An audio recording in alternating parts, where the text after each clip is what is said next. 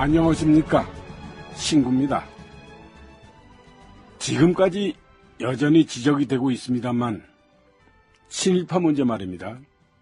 광복 직후에 경험 있는 사람이 없다는 이유로 친일했던 사람들이 그대로 중용되는 경우가 많았죠. 일제 때 순사했던 사람이 광복하고도 경찰을 하고 검사했던 사람이 계속 검찰에 있고 말이죠. 이런 일이 허다했잖아요. 미군이 진주하면서 일본 사람만 내보냈을 뿐이지 일본 앞잡이 노릇하던 사람들이 거의가 그냥 눌러 앉는 경우가 많았죠. 동척은 어땠을까요?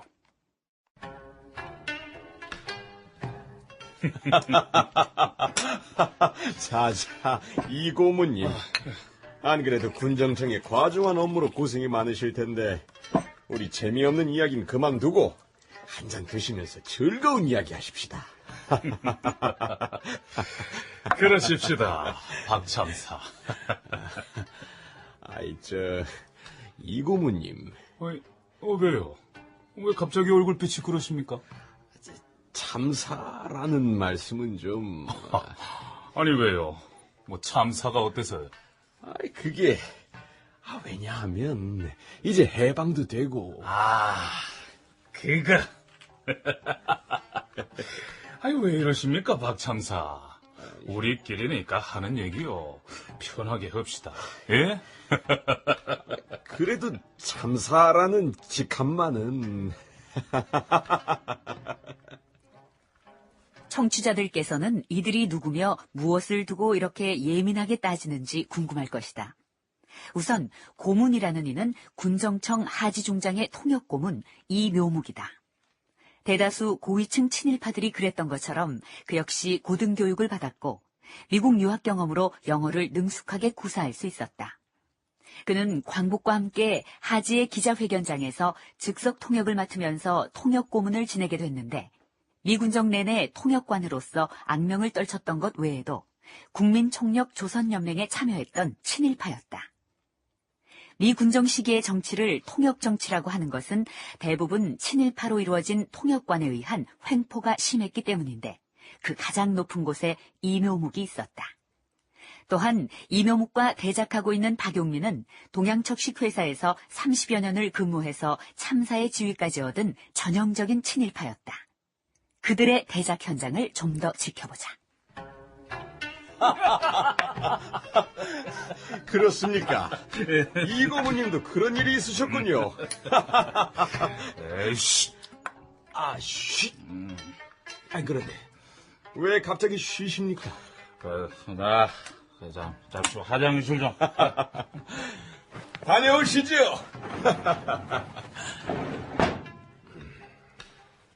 쟤 있는가? 예, 어르신.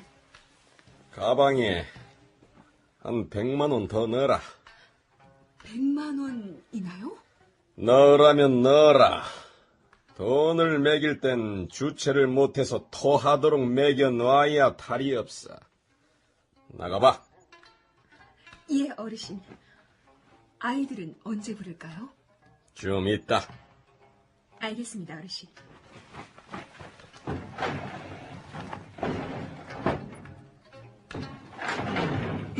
아유.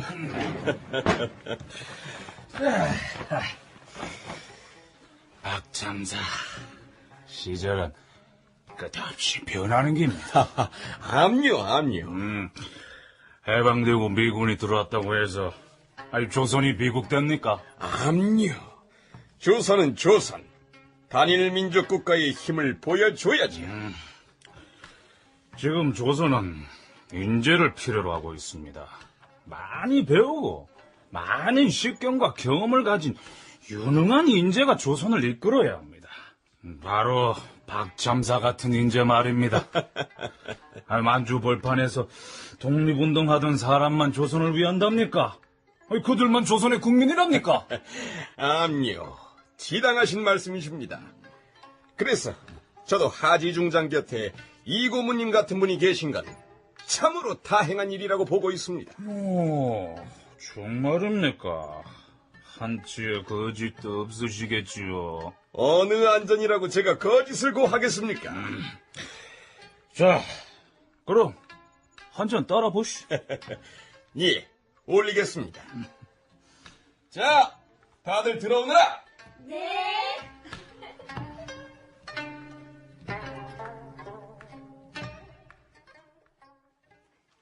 당시 친일파들에게는 미국이 유일한 희망이었을 것이다. 예를 들어서 미군정 하지 사령관의 정치고문 베닝호프가 미 국무성에 보낸 현지 보고서 1호엔 지주나 자산가 중심의 한민당이 친일파들을 어떤 시각으로 보는지를 담고 있다. 정치 정세 중 가장 고무적인 유일한 요소는 연로하고도 보다 교육받은 한국인들 가운데 수백 명의 보수주의자들이 서울에 존재하고 있다는 점입니다. 그들 중 많은 수가 일제에 협력하였지만 그러한 오명은 결국 점차 사라질 것입니다. 비록 다수는 아니지만 가장 큰 단일 그룹으로 임정의 환국을 지지하고 있습니다. 자신들의 정책에 적극적으로 협력할 인물들이 친일파라는 점을 강조하고 있다. 군정의 이런 정책은 그들에게 재기의 기회를 열어주는 유일한 희망이었다.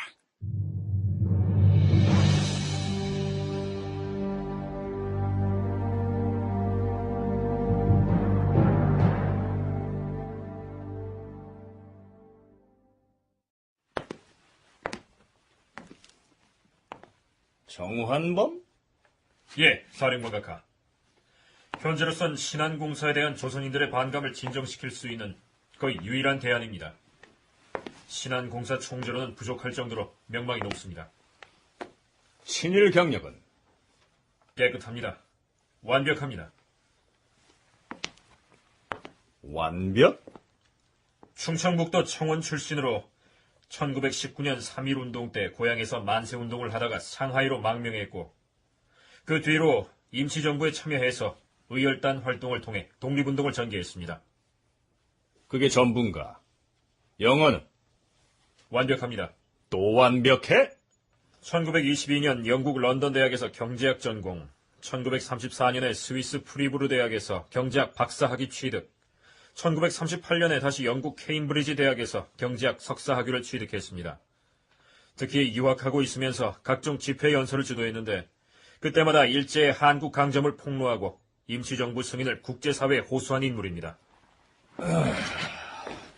경력으로만 보면 대통령감이군. 좋아, 오케이! 감사합니다, 사령관 각하.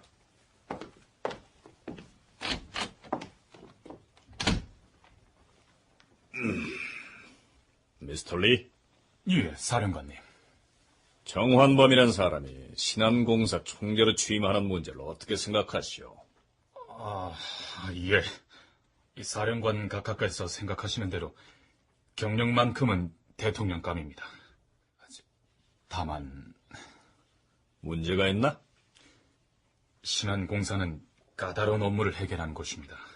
과연 경제학 박사라는 권위만으로 통할 수 있을지.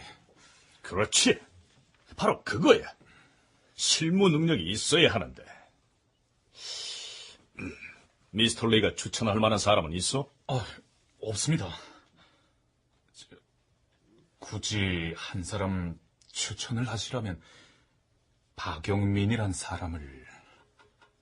박영민? 예, 사령관님. 이 평안북도 박천 출신으로 동양척식 회사에서 30년간 지적 정리를 맡아 참사로 일한 경력이 있습니다. 오, 30년이나? 예. 새로운 체제 신안공사의 정환범 씨를 총재로 내세우고 부총재에는 실무형인 박영민을 임명하면 어떨까 싶습니다. 물론 저만의 생각입니다. 굿 아이디어! 광복 이후 친일파가 재기하게 되는 전형적인 사례였다. 토지 관련해서는 완벽한 실무형이며 베테랑인 박용민은 과연 어떤 일을 했을까? 1949년 1월 14일 동아일보. 40여 년간 일제 착취에 아성이던 구 동양척식회사, 즉 현재의 토지행정처에는 과거 일제에 온갖 수단으로 아부하여 동포의 고열을 착취하며 영화를 누리던 자들이 해방이 된 오늘까지 잠재하여 기왕에 배운 수단으로서 무고한 농민을 착취하다가 꼬리가 밟혀 드디어 경찰에 체포된 사건이 있다.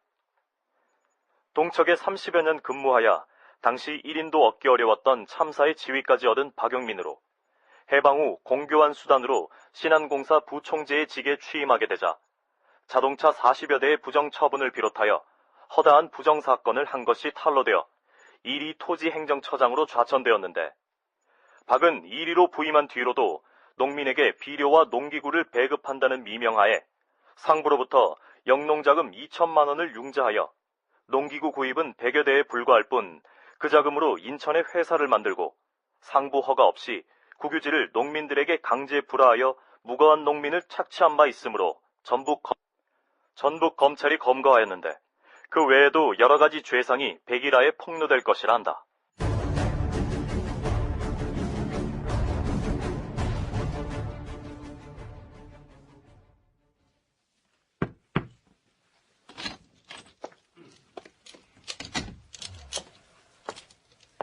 총재님, 퇴근 안 하십니까? 예, 박 부총재, 어서 오세요. 일이 손에 안 익어서인지 좀처럼 끝나질 않는군요. 총재님, 군정에서 총재님을 모셨을 때는 이렇게 실무를 챙겨달라는 뜻이 아니었을 겁니다. 알아요. 하지만 그렇다고 사교나 하고 다닐 수는 없잖아요. 기왕에 자리를 차고 앉았으니까 일은 해야죠. 원 총재님도. 박 부총재 이왕에 오셨으니까 하나 여쭙시다. 오늘 취임식 끝나고 곧바로 보고받은 귀송농지 실태 보고서 말입니다. 모두가 사실이죠? 물론입니다. 총재님, 무슨 문제라도 있습니까? 아니요. 군정청에서는 앞으로 서서히 소장농에게 장기상환법으로 불화할 방침을 추진하려는 것 같은데 오늘 보고받은 내용을 보면 일본인 소유 농지가 모두 38만 에이커란 말입니다. 그렇습니다. 그런데 이걸 35만 가구에 분할해서 불화한다면 한 가구당 1에이커 이상 할당됩니다. 그럼 자작농이 30% 정도 늘어날 것 같아요. 이 정도면 농민들 분위기도 좋아지겠죠?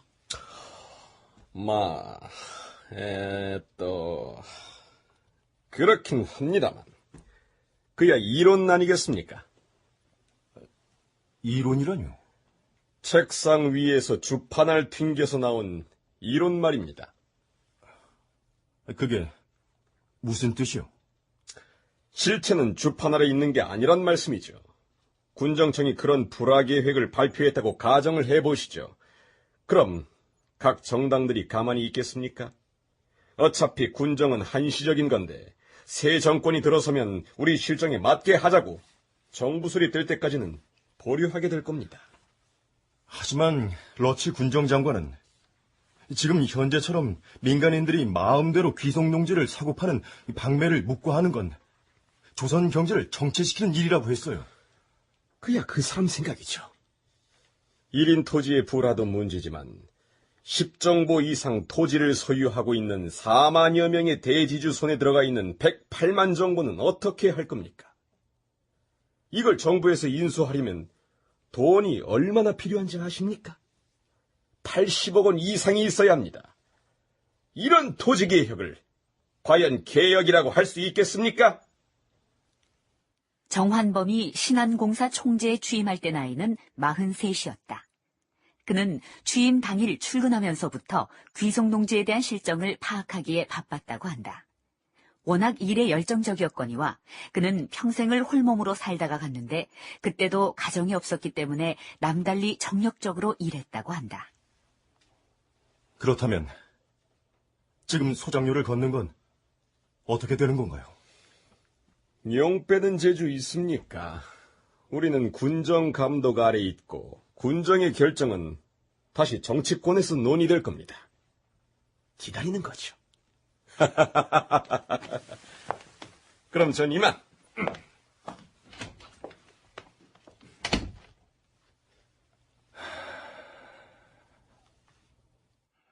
그러는 동안에도 신안공사의 경작료 징수는 계속되죠. 그렇게 걷어들인 경작료 수입이 1946년 한 해 동안 13억 5,600만 원이었다고 합니다. 그러니 농민들 입장에서는 신안공사라는 데가 도대체 우리 편인지 동척인지 다를 게 없어 보입니다.